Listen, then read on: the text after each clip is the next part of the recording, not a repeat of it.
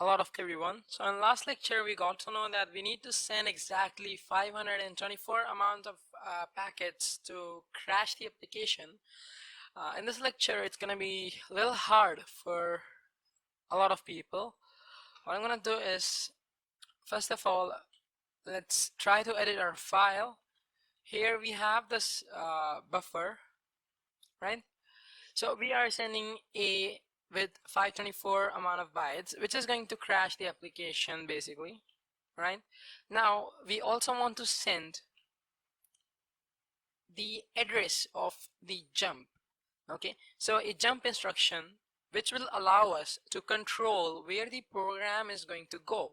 Okay, just assume program is going line by line, this line, this line, this line, this line, this line, and it crashes. It crashes and the EIP goes to a jump instruction. That jump instruction takes the program to execute our shell code. This is what we want to do, right? Instead of reading it line by line, we wanted to jump from one pointer. We wanted to jump from one, you can say, line to another line, which will contain our shell code. This is what we want to do. For a simple application, we want to go ahead and reload this application first. Right here, we are interested in finding some jump, we are interested in finding some jump instructions here. So just right click and click for search command. Okay.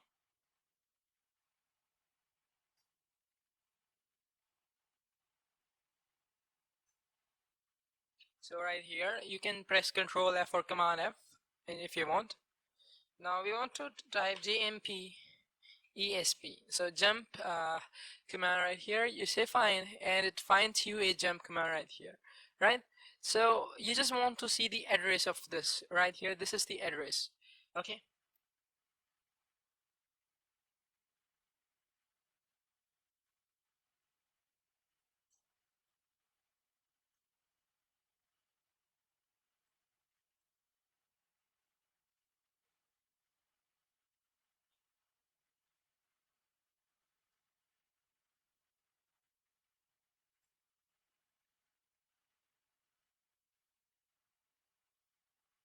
So this is the address that is there in the jump command. Now we want to reverse this address. Okay, we want to reverse it saying /x f3.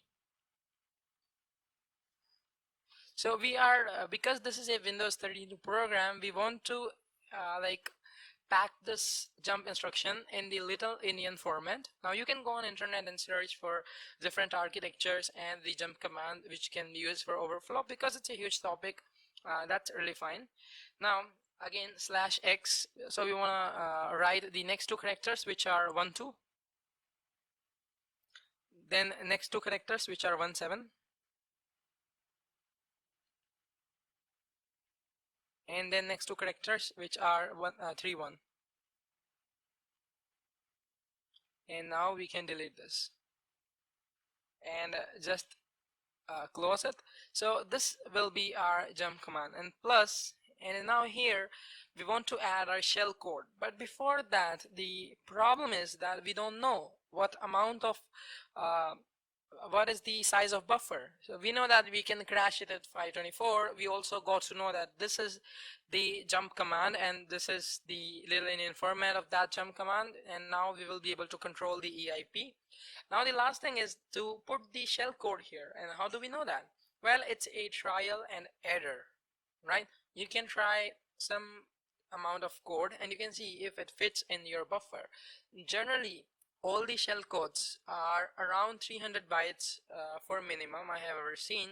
So 300 bytes is a standard one for a shell code, and you can try if they fit, if it fits in 300 bytes. So you might have seen and you might have heard a lot of people saying the buffer is too small. It means that buffer overflow is possible. They got this 524 or whatever the amount needed to crash the application. They got the jump instruction, but the buffer was too small to hold your 700 your 300 bytes of shell code, and that's the problem they get. So you can just go ahead and try to do this. Let's create a shell code and let's put it right here. So let me go to this tab right here. I'm just gonna clear the screen, and because we are using Python as our buffer overflow script, we're going to use a Python shell, and I'll be using MSF Venom. So MSF Venom. Okay, and you can find a lot of shell codes online as well, but I'm just gonna create that right now. Let's choose the architecture. So A equals dash 86. It means 32-bit application. Then platform, which is going to be Windows, right? And then let's choose a payload. So which payload to choose? I'm gonna choose a payload which will be a bind shell. Okay, so you can choose a reverse shell maybe, but I think a bind shell will be much more preferable. Windows, and here you can specify what you are looking for. So I am looking for let's say a shell. So you can use Meterpreter if you want. I'm gonna use a shell bind with TCP. Maybe reverse TCP can be there, but bind TCP is what I'm gonna use for this lecture. Okay, and I think this W will be capital here. So this is it, and now dash F Python. So I need it in a Python format, but let's encode this. So to save us from antiviruses and all, let's go ahead and encode this with a famous encoder called Shikata Ganai. Dash E Shikata Ganai, so GA_NAI.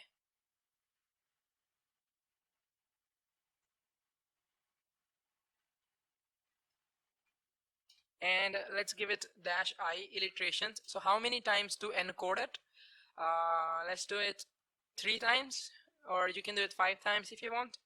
So this is our string. Now let's remove the bad character, which is going to be always a null byte. So /x, I think it's gonna be 00, which we are going to remove here, right? So let's add a -x00. If you find this payload not working, probably you have more bad characters and you might want to debug for that.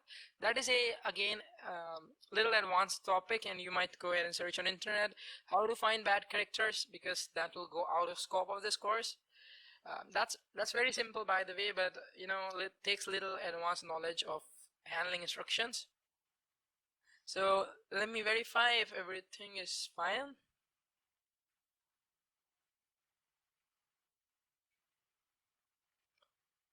And I see some mistakes here. First of all, we forgot a slash here. So this is it's a staged payload, not a non-staged payload. It'll go in stages. So right here you see a slash. It should be there. And I think we are using x86, so you can leave it as it is, and I believe it will take it itself. But if you want, you can specify the platform. 86, right? And that's all. It should work like a charm. Let me do one thing. So we are going to encode this with 3 illustration, and now I think it's gonna be perfect. Let me try to press enter and see if it works. So wait for it. It's gonna take some time. It's gonna take actually 2-3 minutes maybe. Okay, here we have it. So it has given us a shell code. Let's go above and see if there was any error. It is 390 bytes. Because we encoded it, it increased the size. Yeah, but encoding was important to save from the antivirus and all. It says found what compatible and attempting to encode with x86 Shikata Genai payload size this. Yeah, so that's all. we're going to copy this like this. We're gonna copy this,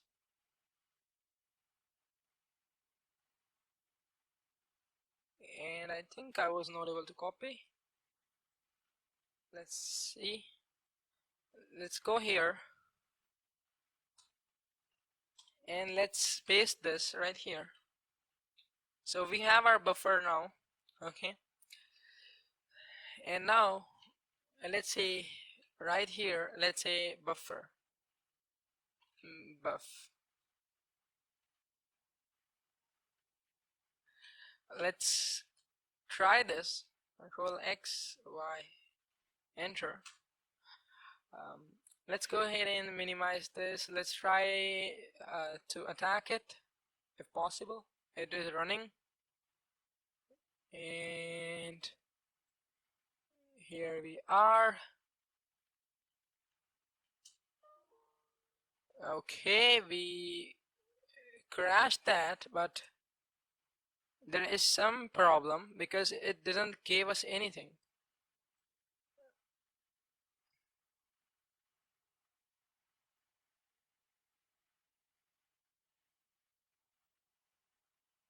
The program is still running here.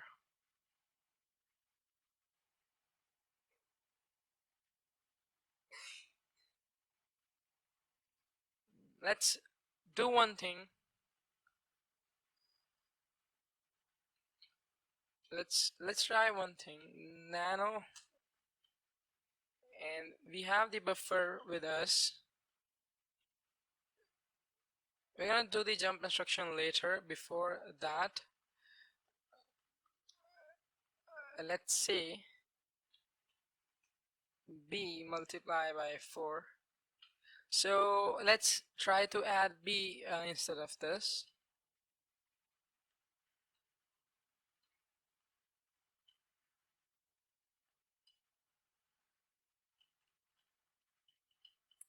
Let's try this now if it works.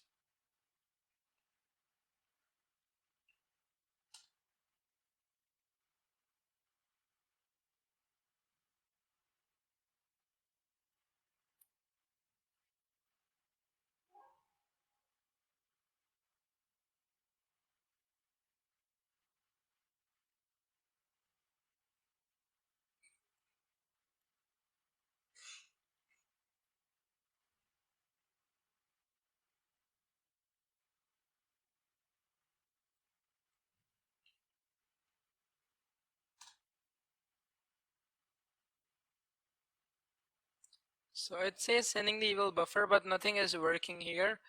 Most probably my firewall is blocking this.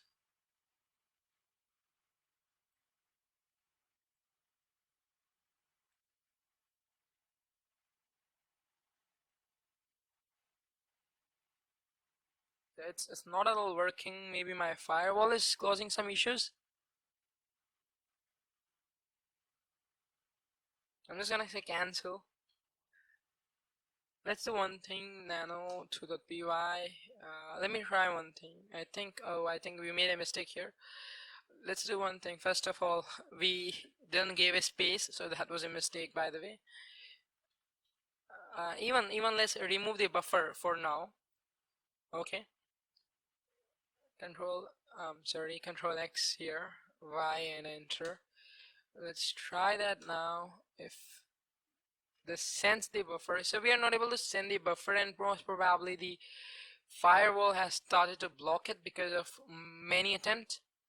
Let me do one thing. Let me try to unblock my firewall. Am I able to ping here? And I was quite sure, yes, the firewall is blocking my IP address. You see, I'm not able to ping here. So my firewall is now blocking this. I'm gonna do one thing. I'll end the lecture now, and in this lecture we basically learned how to create a shell code, right? So we created a shell code. Now we have everything set up. We have the jump instruction, we have the shell code. In next lecture we just want to fire up everything. So I'll just go ahead and disable my firewall. If you also have an antivirus installed or anything, disable that, and then let's try this.